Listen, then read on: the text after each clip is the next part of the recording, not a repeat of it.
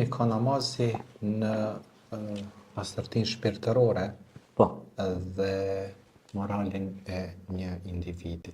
Pa dyshim, si shtë dhe Zotin Koran, ka dhe flehe men zekahu, ka dhe khabe men dësehe, ka shpëtuaj që pastroj vetë vetën, pra aj që e falë namazin, ka përsynim me pastru shpirtin e vetë, me pastru mendjen e ti dhe me u ba insanun kamil, pra insan i përkushtuar në rrugën e krijuesit. Dhe pikërisht namazi e ka këtë rol jashtëzakonisht madh në përmirësimin e anës spirituale ose shpirtërore tek njeriu. Pastaj namazi ka rëndësi shumë të madhe sepse përmirëson edhe vokabularin e të folurit tonë, gjuhën tonë. Pse ka thënë këto? Sepse ne në namaz vazhdimisht përdorim shprehjen elhamdulillah, faleminderit Zot. Çka është falënderimi në gjuhën e psikologjisë? E njohja, po. Fjale artë. Thank you, që i thonë, faleminderit. Pastaj, ihdina sirat al-mustaqim. O të zona në rrugën e drejtë. Pra, nuk do na me shku shtrem, do më drejtë, pra drejtësi, në anën e peshurin e drejtësisë. Pastaj namaz ka pozicione, shumë mënyra qëndrimit, ullur, është disiplinë. Është disiplinë e cila disiplinë e edukon njeriu sepse edhe jeta është një lloj programacioni, është një lloj rregulle estetike, e cila rregull estetike rregullon jo vetëm anën fizike, por edhe anën metafizike. Prandaj namazi ka këtë qëllim që ta rregullojë shpirtin, batinin, brendësinë e njeriut, po ajo të ngufoj edhe në anën e jashtme që është pjesa e fizikusit, pra, qënimi nga gjaku dhe mishi. Pra kjo ka peshë jashtëzakonisht madhe, so që treguohet në një rast në jetën e Resulullahit sallallahu alaihi wasallam, kur falte namaz, thoshte sallu kema ra'aytum. Faluni siç më keni pa mua.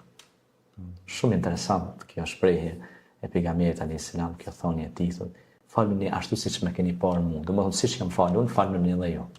Tash si e fal pejgamberi? Tregojnë shokët e tij prezant, Abdullah ibn Mesudi, Ebu Bekri, kështu me radhë, gjithë shokët e tij, ashabët. Thonë kur falte pejgamberi, i ngjante hurmës, trungut të hurmës.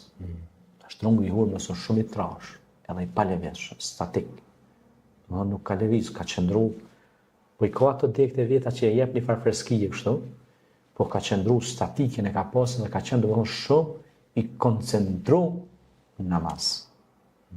Pra si që është besimtari, se muslimoni i koncentru në namaz, ashtu dhe t'i ketë punët edhe një jetën e ti të përditshme. Qofse ti i hallakatun në namaz, pa dëshim edhe një jetën tonë i hallakatun. Ti, llogarete, kur ti krijuesi që të ka falë, nuk din me ta, mu komuniku ose me mu rreshtu edhe me dialogu edhe me lut atij me krijesat. Ose mund me ndodhë edhe kundërta, ndoshta ti me krijesat i lepur, i shumë i urtë. Ama është ta dish se je ka bë gabim të madh nëse namazi i leponshëm, i çrregull, sepse krijuesi është që i ka kriju edhe ata në tokë, edhe ata në qiell, edhe kriaturat edhe gjallësat që na nuk i shohim, i ka kriju ai. Kur del para drejtorit ose atij shefit me lyp një vend pune, i dridhet koma, mundohet mu vesh mire, ka emërsione, a fuqysh po paraqit në para jurisë. Ashtë ndështa, se po ndërhyj, ashtë ndështa një prej shkaqeve që në hyrje të namazit, para se të marrim tekbir për namaz, nuk e mendojmë që tashmë po bëhem gati për të komuniku drejt për drejt pa perde me Zotin. Absolut. Kjo është arsyeja që shumë njerëz nuk e dinë. Si është lidhet bile edhe durve ku ja bën shumë shpejt, pa Apo den, Si me kalu me hek qa. Kurse vetë o ka du me qa drun, edhe drun kur qash du të me marrë sakit se në mirë, se mund është mirë akome, se jo asoj copës drunit. Ashtu e ke pa do si falen në gjami, shpejt, a kupton? Ka dalë marë, merë pak frëmë, shërë ku je ullë, ku i ke vendos kam, shiko vendin, shiko, a din me kënë je për balë, e din kujt je ka i drejtosh. Subhanallah.